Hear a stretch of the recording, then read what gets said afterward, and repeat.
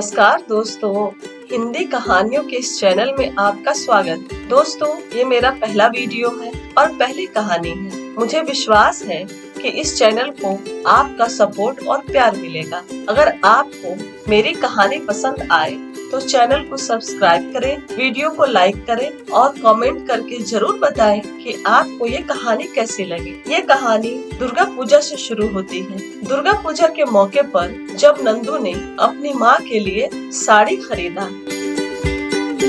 नंदू आज बहुत खुश था। पहला वेतन मिलने की खुशी ही कुछ और होती है। हालांकि इससे पहले भी वो वेतन के नाम पर कई बार नंदू को पैसा मिल चुका था, लेकिन इस वेतन की बात बिल्कुल अलग थी। नंदू अपनी माँ के सपनों को पूरा किया था। महानगर में रहते हुए नंदू ने कई छोटे मोटे काम किए थे, लेकिन आज जब उसे वेतन मिला तो उसकी खुशी का ठिकाना नहीं था। दुर्गा पूजा के त्योहार पर माँ के लिए साड़ी खरीदना नंदू के लिए ऐसी खुशी की बात थी जिसे वो अपनी जिंदगी का सबसे बड़ा हिस्सा बना लेना चाहता था।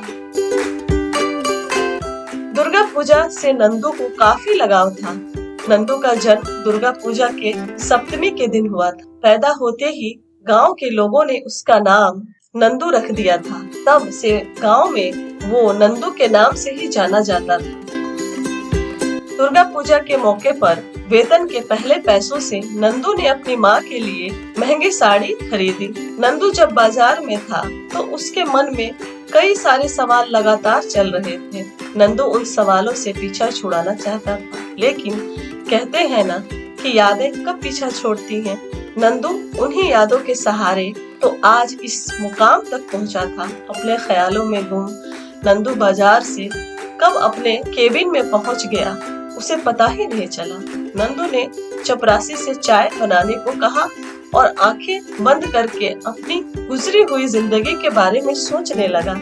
वही तो नंदू की यादें थीं जो उसे शहर का सबसे बड़ा डॉक्टर बना दिया था। आज शहर के बड़े बड़े लोग नंदू से मिलने का सपना देखते थे। वो शहर का सबसे बड़ा डॉक्टर था।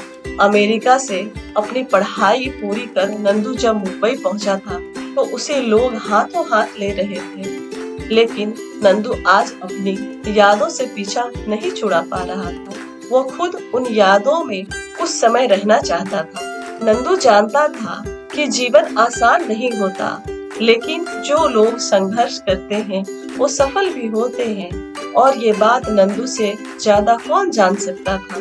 नंदू ने तो वो सभी स्थितियों का सामना किया था जो याद करके नंदू कई बार रोया था, और उन्हीं स्थितियों के कारण वो मजबूत भी बना था। उस समय नंदू छोटा था और स्कूल जाने की माँ से जिद किया करता था। पिता का देहांत हो गया था और घर में नंदू और उनकी माँ के सिवा उनके पास था ही क्या। नंदू की माँ शांति देवी अपने नाम की तरह ही काफी शांत रहती थी। नया टोला गांव में जीवन गुजारना कोई आसान काम नहीं था। शांति देवी ने घर के चूल्हे को जलाने के लिए पति के देहांत के बाद खुद मैदान में उतरने का फैसला किया। हर तरफ चौधरी विजय ठाकुर का बोलबाला था। चौधरी विजय ठाकुर इतने बड़े जिम्मेदार थे कि पूरा इलाका न सिर्फ उन्हें जानता था बल्कि कोसों दूर तक के गांव वाले उनसे डरते थे। गजब का रोब और दबदबा था। चौधरी विजय ठाकुर का नाम सुनकर ही अच्छों को पसीना आ जाता था। गांव के 90% से भी ज्यादा लोग चौधरी विजय ठाकुर के यहाँ काम करके ही जीते थे। चौधरी विजय ठाकुर बहुत पहुंच वाले व्यक्ति थे। सियासी गलियारों तक में उनका डंका बजता था, लेकिन इलाके में चौधरी विजय ठाकुर के नाम के बिना किसी नेता को वोट मिलना करीब संभव नहीं था।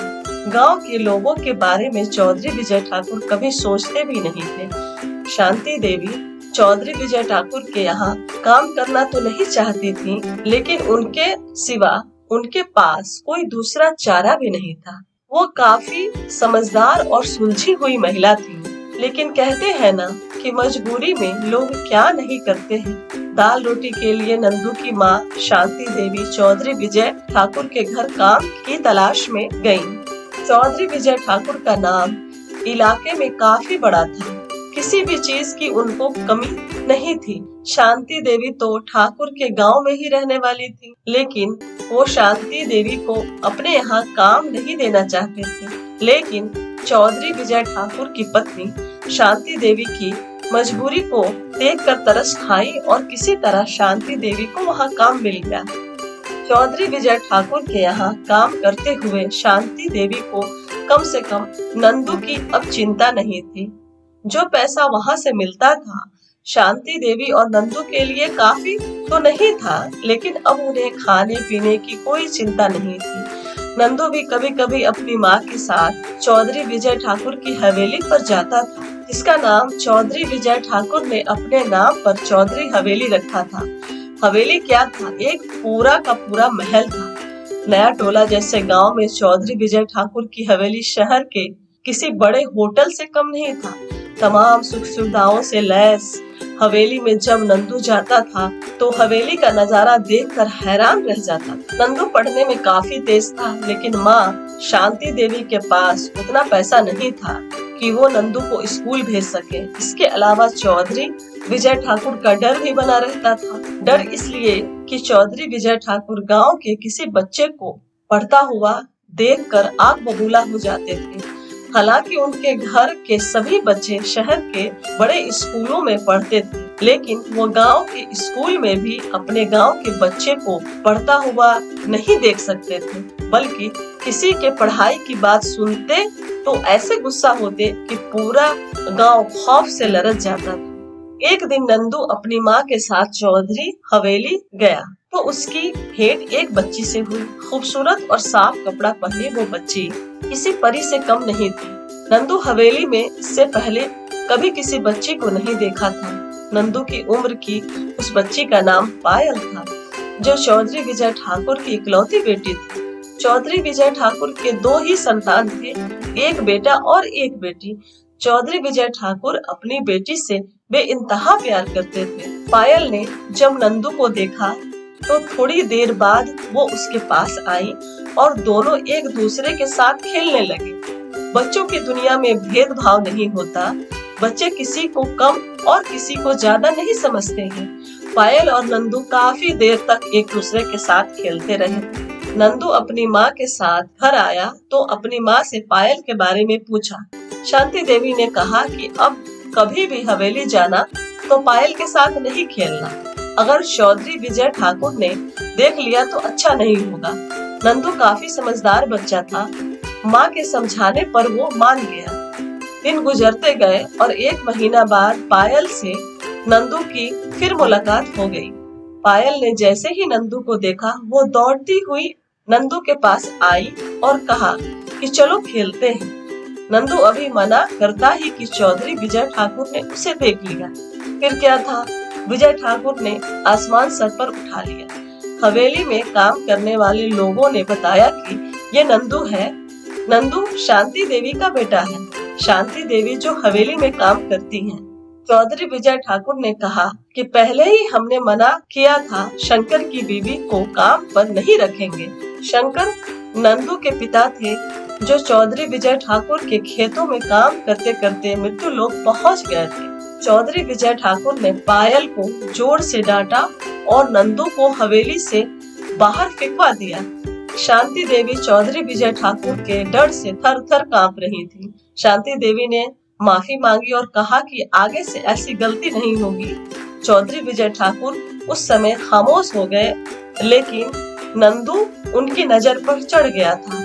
अब चौधरी विजय ठाकुर की नंदू पर नजर थी। दोस्तों, इस वीडियो में आज इतना ही। अभी कहानी खत्म नहीं हुई है। इसके अगले भाग में देखें कि कैसे नंदू अमेरिका पहुंचा और पायल के साथ क्या हुआ। दोस्तों, आपको कहानी पसंद आई हो तो हमारे चैनल को सब्सक्राइब करें, लाइक करें, शेयर करें और कमेंट करके बताएं कि आपको ये कहानी कैसी लगी। कहानी के दूसरे भाग में फिर आपसे मिलेंगे।